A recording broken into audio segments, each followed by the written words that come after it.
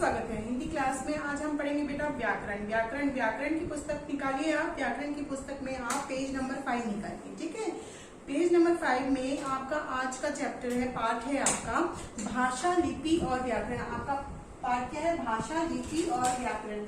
मैं विस्तार से इसको विस्तृत रूप से आपको समझाती हूँ, आप इसे समझिए और आप इसका अभ्यास करेंगे आप। ठीक है, पहले पॉइंट पे आते हैं। पहला हमारा जो है पॉइंट वो है भाषा। भाषा क्या होती है बच्चे? भाषा क्या होती है? देखिए, जिस माध्यम से मनुष्य अपने विचारों का और भावों का आदान प्रदान करता है उसे ही हम क्या कहते हैं? भाषा कहते हैं। क्या कहते हैं बच्चे? भाषा कहते हैं। हमारे मन में तरह तरह के विचार आते हैं, कई तरह के विचार, तो हम कैसे व्यक्त करेंगे अपने विचारों? किसके जरिए व्यक्त करें? जिस माध्यम से हम उसको व्यक्त करते हैं वही भाषा कहलाती है। समझ में आया बच्चे? ये है भाषा का, ये थी भाषा की परिभाषा।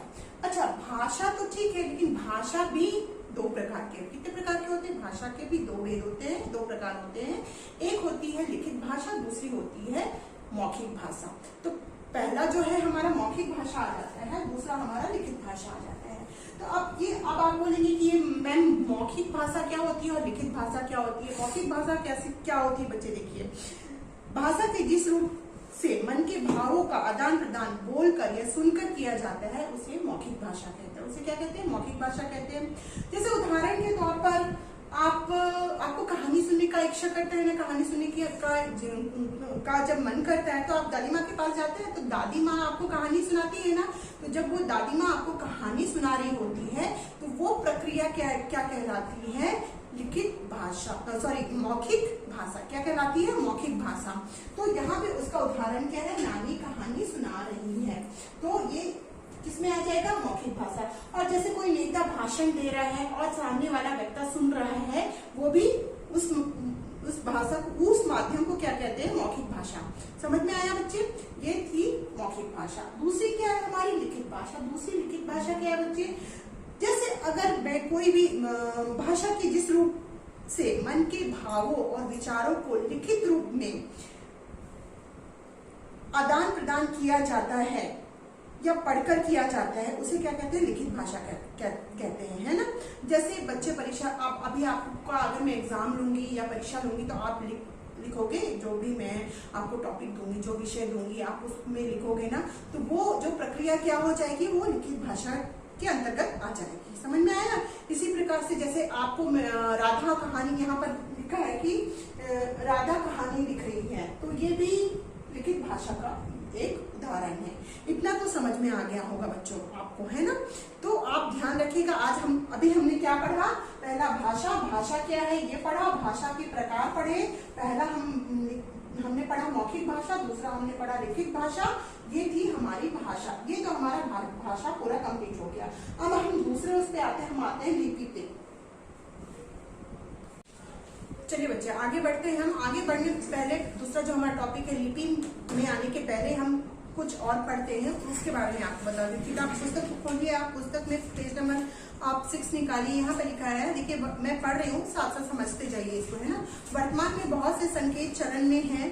ऐसे कुछ संकेत यातायात के नियमों में लाल रंग, पीला और हरा या प्रशासन द्वारा यातायात के लिए निर्धारित विभिन्न संकेत, जिन्हें हम आसानी से समझते हैं। स्कूलों में, अस्पतालों में, कार्यालयों में शांत रहने के लिए, धूम्रपान नहीं करने के लिए, अन्य कई कार्यों के लिए कई संकेतों का प्रयोग किया जाता है। परंतु सभी बातों को संकेतों के माध्यम से कहना एवं समझना कठिन ही नहीं बल्कि असंभव है। क्या हम संकेतों के जरिए सब चीज समझ सकते हैं? नहीं समझ सकते। कुछ संकेतों के जरिए कुछ ही चीजें हम समझ सकते हैं, लेकिन पूरी बात को हम अच्छे तरीके से नहीं समझ सकते। कहने का तात्पर्य यह है। अतः विचारों के आदान प्रदान को आसान बनाने के लिए भाषा का आविष्कार किया। किसका आविष्कार किया गया? भाषा का आविष्कार किया गया है।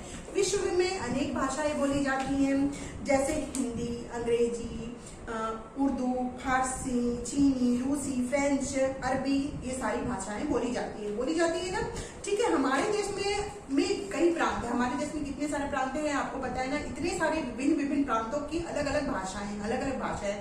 जैसे गुजरात में गुजराती बोली जाती है, बिहार में बिहारी बोली जाती है, बंगाल में बंगाली बोली जाती है। इसी प्रकार की हमारी बहुत सारी भाषाएं, पंजाब में पंजाबी बोली जाती है। तो ऐसी भाषाएं है हिंदी, पंजाबी, तमिल, मलयालम, कन्नड़, तेलुगु, बांग्ला, गुजराती इत्यादि, ये सारी क्या है भाषाएं हमारी, है ना। भारत की कुछ भाषाएं, जैसे यहाँ पे आप देखिए पेज नंबर में 6 में यहाँ पे भाषाएं हैं हिंदी, तमिल, कन्नड़, बंगला, गुजराती, तेलुगु, मलयालम, पंजाबी। विश्व की कुछ भाषाएं क्या है, हिंदी, अंग्रेजी, संस्कृत, जर्मन, चीनी, रूसी, फ्रेंच, उर्दू और अरबी, है ना। लेकिन भाषा का वृक्ष, भाषाएं हमको सिर्फ तो केवल भारत की भाषाएं ही नहीं जानी, हमें तो पूरे विश्व की भाषाएं जानी है। अगर विश्व में आते हैं हम तो विश्व में कितनी सारी भाषाएं हो जाती हैं, इन सब बहुत सारी भाषाएं हैं, अंग्रेजी है, फ्रेंच है, जर्मन है, अरबी है, रूसी है, चीनी है, ये और उसके अलावा हमारी भारतीय भाषाएं तो जो है ही, है ना। अब भाषा के अंतर्गत अगर हम आते हैं तो हमारा क्या है, मातृभाषा। मातृभाषा है बच्चा जिस परिवार में जब पलता और बढ़ता है, उस परिवार में जो भाषा बोली जाती है उसे ही उस भाषा को बच्चा सबसे पहले सीखता है, वह भाषा बच्चे की मातृभाषा कहलाती है। बच्चा जब बोलना सीखता है तो घर में जो भाषाएं बोली जाती हैं वही वो बच्चा पहले बोलने का प्रयास करता है या बोलना सीखता है, वही क्या हो जाती है, हमारी मातृभाषा हो जाती है ना बच्चे।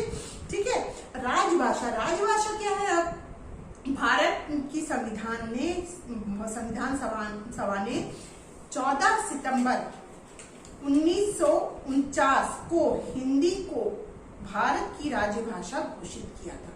कब किया था, ध्यान रखिए, हिंदी दिवस, और इसी के उपलक्ष्य में क्या 14 सितंबर को क्या है, हिंदी दिवस मनाया जाता है, 14 सितंबर 1949 को।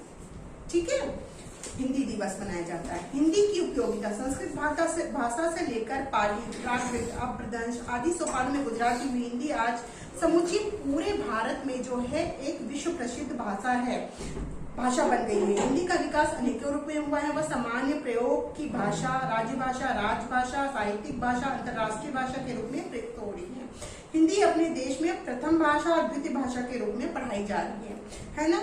हिंदी भाषा का क्षेत्र उत्तर प्रदेश, हिमालय, हिमाचल प्रदेश, हरियाणा, राजस्थान, मध्य प्रदेश, बिहार, उत्तराखंड, झारखंड, छत्तीसगढ़, मध्य प्रदेश राज्यों एवं दिल्ली एवं अंडमान निकोबार द्वीप समूह तक फैला हुआ है। पंजाब, महाराष्ट्र, गुजरात, पश्चिम बंगाल आदि राज्यों में यह संपर्क भाषा के रूप में प्रयुक्त की जाती है। हिंदी को विश्व की वैज्ञानिक भाषाओं में से एक माना जाता है।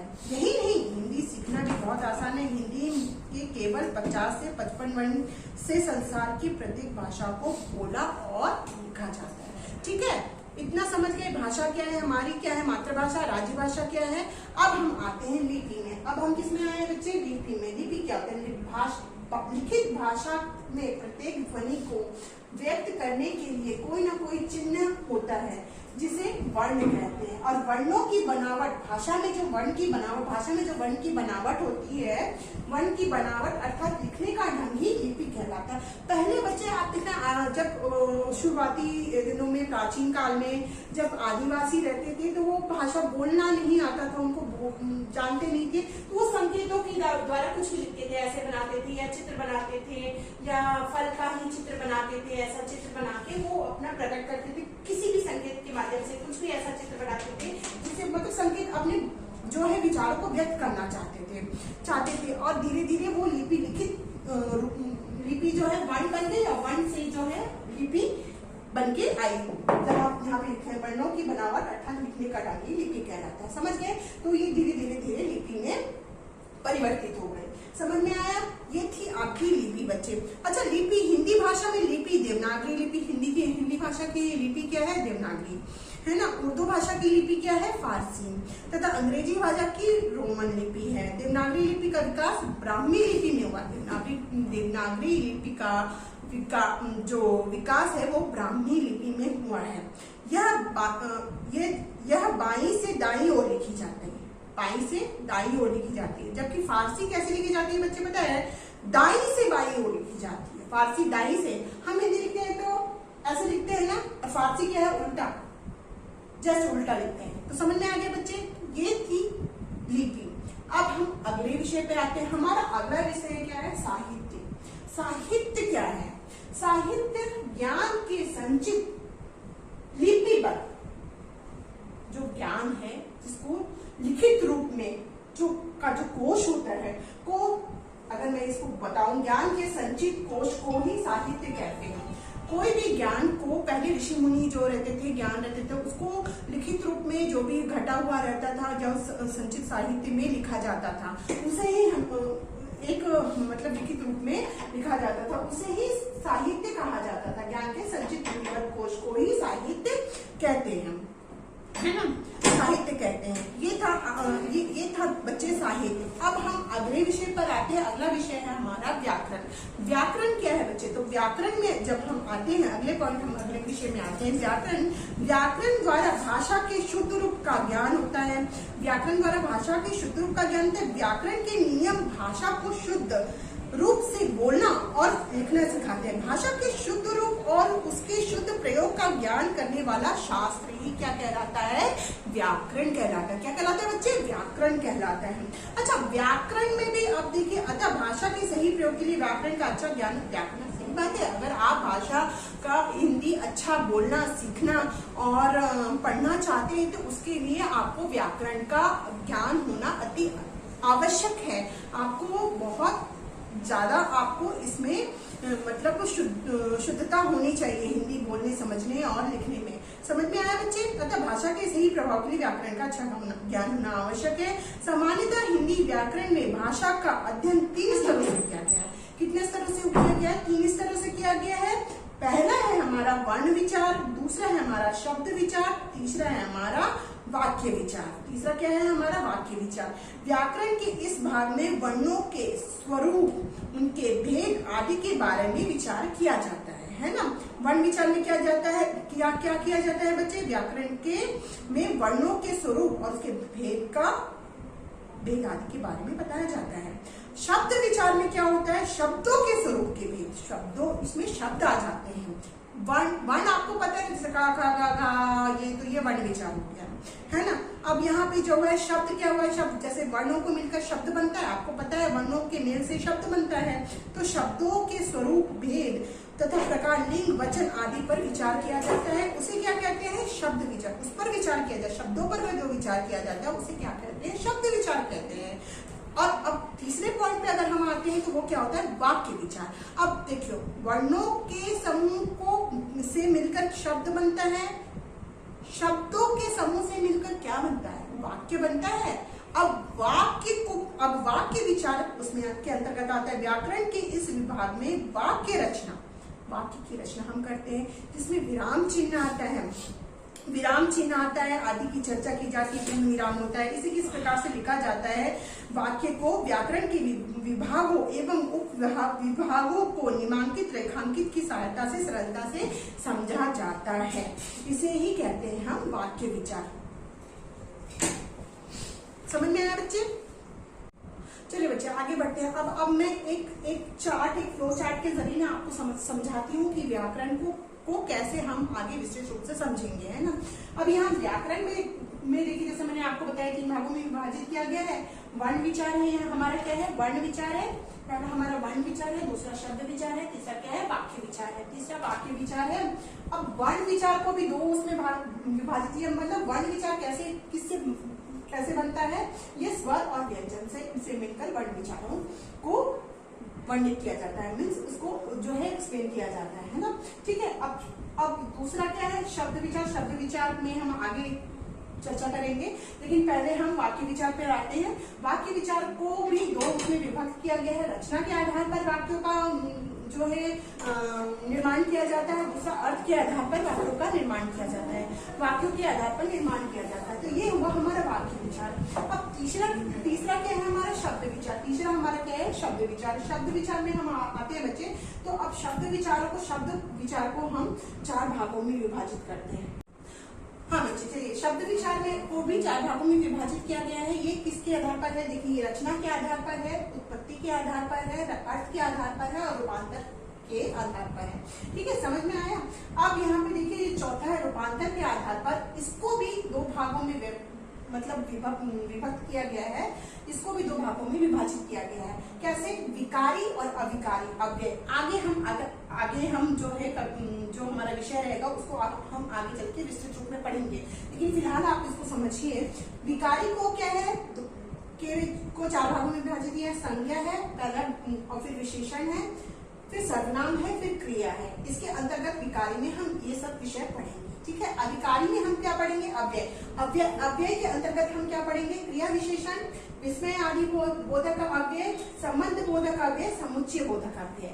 ये सब हम आगे पढ़ने बढ़े हैं। मतलब व्याकरण का जो पूरा जो है पूरी रचना इसके आधार पर ही है।